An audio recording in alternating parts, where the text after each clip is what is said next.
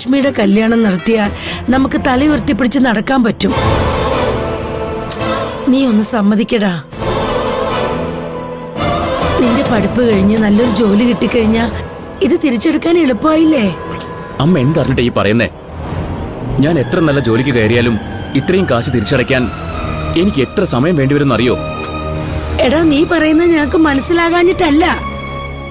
നിന്നെ ഒറ്റയ്ക്ക് കഷ്ടപ്പെടാൻ വിട്ടിട്ട് ഞങ്ങൾ എന്താ ഇവിടെ വെറുതെ ഇരിക്കുവോ? ഞങ്ങളെ കൊണ്ടാകുന്ന പോലെ കഷ്ടപ്പെട്ടിട്ട് കടം വീട്ടാൻ ഞങ്ങൾ ശ്രമിക്കും. നീ അതിനെ കുറിച്ചൊന്നും ആലോചിക്കണ്ട. പോയി പഠിക്കാൻ നോക്ക്. നിങ്ങളുടെ ഇഷ്ടം പോലെ എന്താന്ന് വെച്ചാ ചെയ്യും. അങ്ങനെ ചെയ്യാൻ പോകുന്നത്.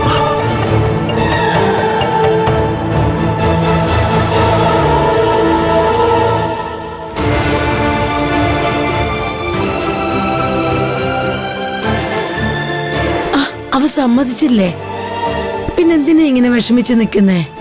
ഞാനെടുക്കുന്ന തീരുമാനം കാരണം അവന് ബുദ്ധിമുട്ടാവൂ?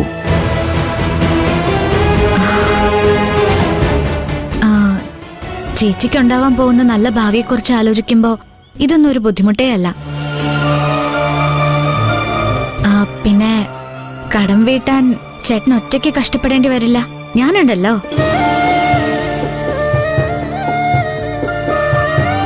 ഇപ്പൊ കഷ്ടപ്പെടുന്നതിനേക്കാളും കുറച്ച് കൂടുതൽ കഷ്ടപ്പെട്ടാ എല്ലാം ശരിയാവും. അച്ഛൻ കല്യാണത്തിന് വേണ്ട ഏർപ്പാടുകൾ ചെയ്തോളൂ. നിനക്കുള്ള ധൈര്യം നിന്റെ ചേട്ടൻ ഇല്ലാതായി പോയില്ല മോളെ. നിങ്ങൾ പോയി കിടക്കാൻ നോക്ക്. നാളെ രാവിലെ തന്നെ നടേശനെ കണ്ട് സ്ഥലം പണയം വെക്കുന്നതിനെ കുറിച്ച് സംസാരിക്കണം.